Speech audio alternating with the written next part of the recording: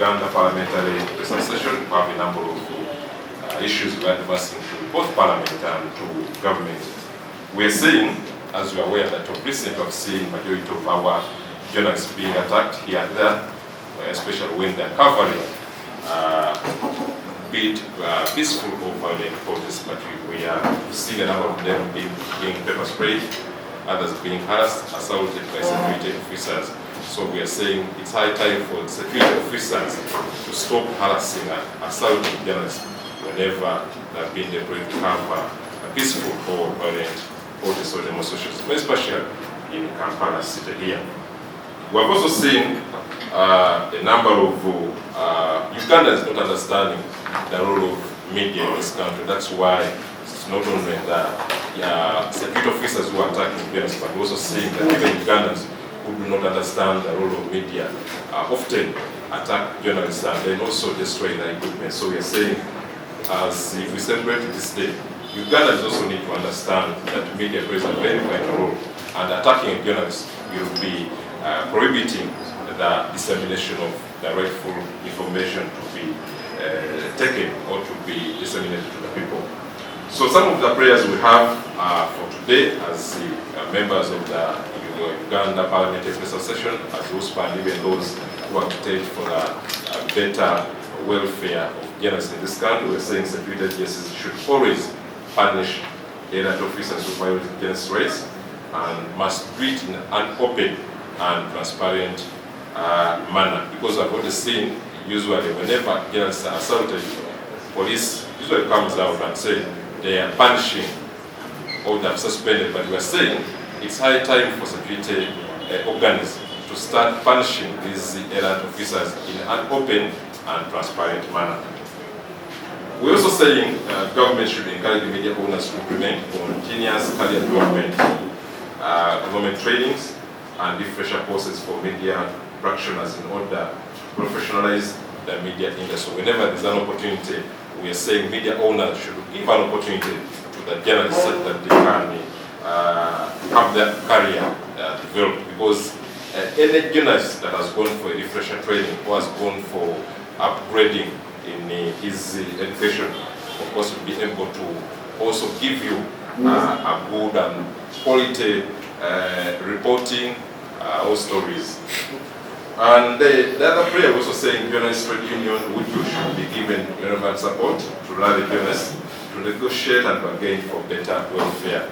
Of course, you are aware that the journalists trade union play a very vital role in ensuring that it gets better welfare for the journalists. So we are saying it's high time government to give relevant support to the journalists trade union to agitate for the welfare of the journalists in this country.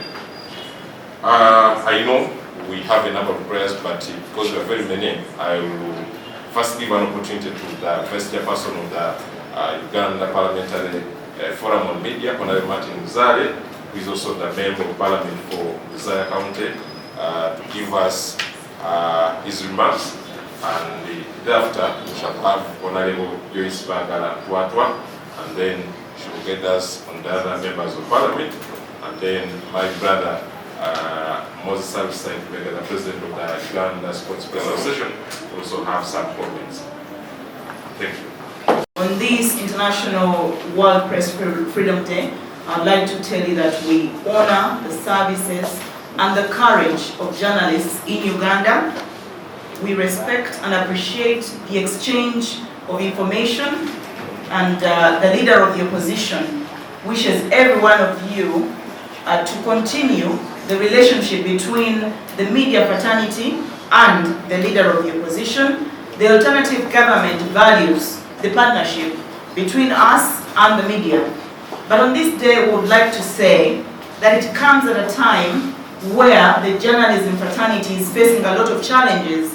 So it's not much to say we are happy today, because as part of the media, I know very well what we are going through as a media. Apart from just the rights that everyone is talking about, I know that the welfare of journalists is very much compromised. And I can tell the country right now that I've gotten very many petitions. One of them is from journalists who have been working for CTV. And I'm told that CTV journalists have spent more than a year without being paid. They were last paid in February of last year. And this petition is going to be taken to the Committee of ICT.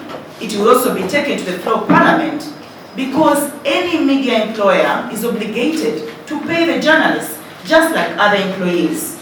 And if there is any problem that anyone is encountering, it is very, very much important for any employer to explain to the employees.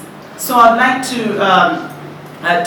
to tell the journalists who work for CTV or who used to work for CTV, because I'm told the station has now been sold without the knowledge of the people who have been working there, and sold without paying the journalists who have been working there. It's very unfortunate, very, very unfortunate, and I hope that our efforts will yield and will compel the owner of CTV or the person who has sold it to pay the people who have been working there.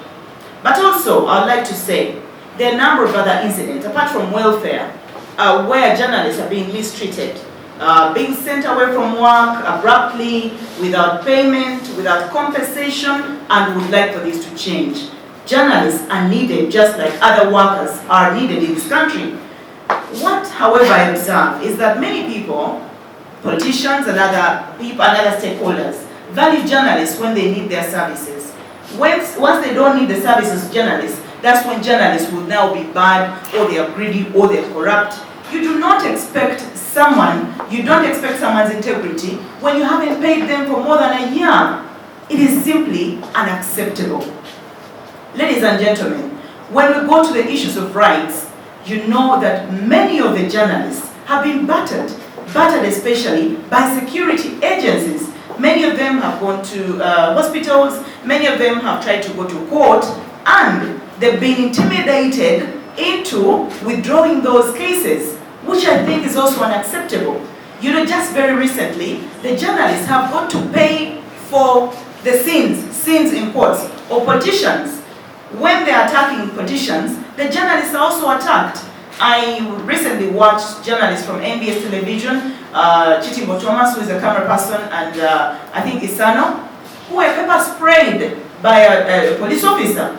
We would like to see these police officers and other officers taken to court and tried, and would like to see them punished, and not merely being transferred from one station to another. So we are going to work with all of you, and I've also received another petition, and I'm going to ask for space on the floor of Parliament for that petition from the Uganda Parliamentary Press Association, and all your prayers, as said by the President of the Uganda Parliamentary Press Association, are going to be taken to the floor of Parliament, and I promise that we'll be together with you. Once again, happy International World Press Freedom Day. Ladies and gentlemen, our friends from the media, I'm here in two capacities.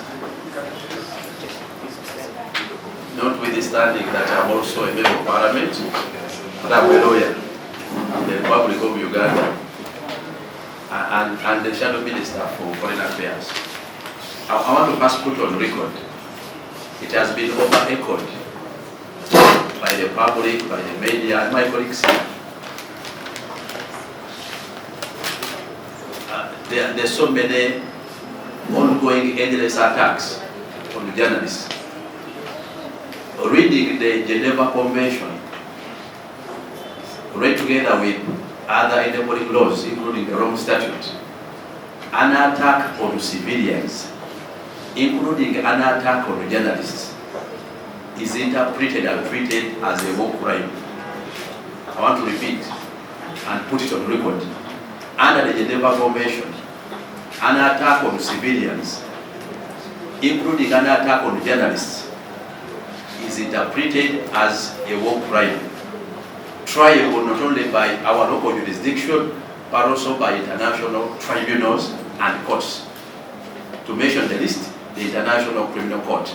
Want to put all those attacking journalists intentionally that they risk being tried and prosecuted for war crimes. We are documenting, and good enough, most of these scenes are on camera. There is enough evidence on record. I want to refer them to the Geneva Convention, the Rome Statute, and all other international laws and regulations to understand what it means to attack civilians, including journalists at work. That's number one. Number two, meaning that one of our course of action is to prosecute those responsible locally and internationally. Two, when you look at all laws relating to the press and media, from 1995, where the basic law was enacted, right together with all the enactments and amendments.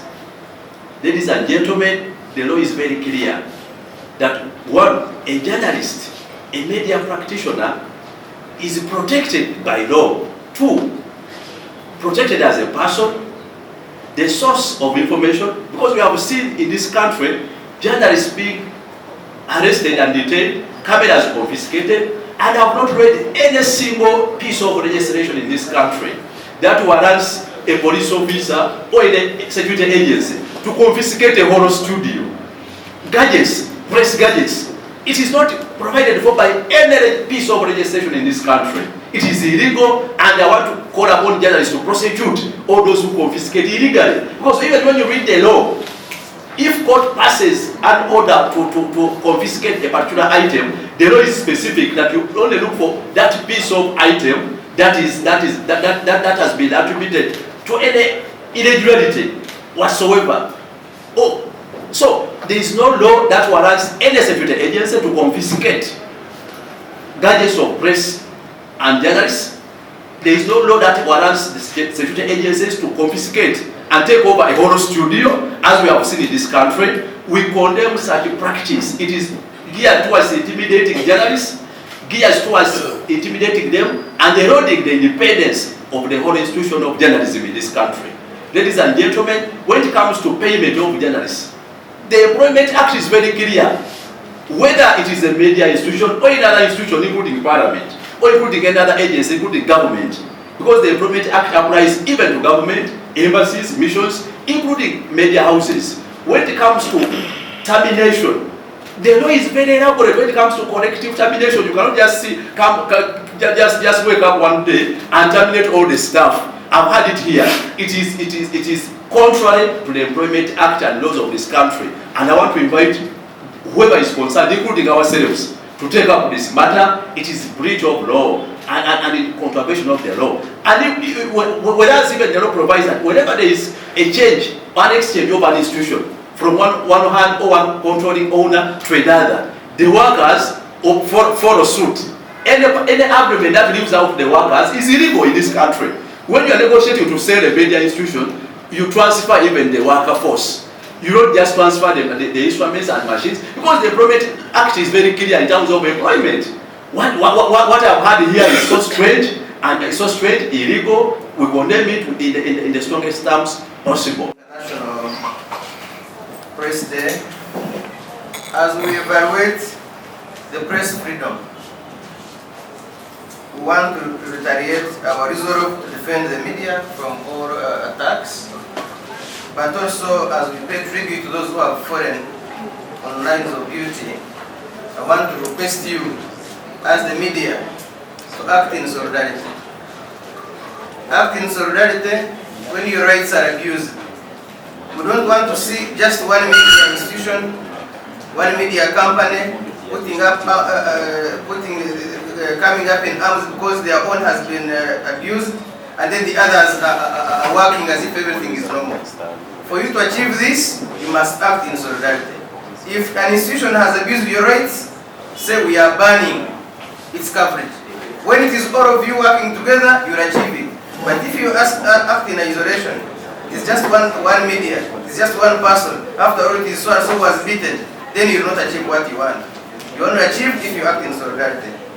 The other point I want to talk about is that on this day, the government can only give us a gift of the tribunal we have always asked for. So this tribunal to help us to deal with the conflicts between the media and the media houses is set up in this country. Because without it, what we are talking about of some media being abused, some people being abused, some media being shut illegally, will have nowhere to run to. Finally, I need you to know that in times of oppression in societies, if there is no fairness and justice in societies, the media is regarded as opposition. Because the media is carrying the truth. And where there is oppression, the truth is a victim. And so as you fight for your rights, you know that you're fighting for justice. You're fighting for fairness. So as a human rights activist, I find myself working with you because we are all categorized together. And my being here is to continue to retaliate my pledge, support the media, work with you in terms of oppression, in terms of abuse, in terms of unfairness. I want to thank you.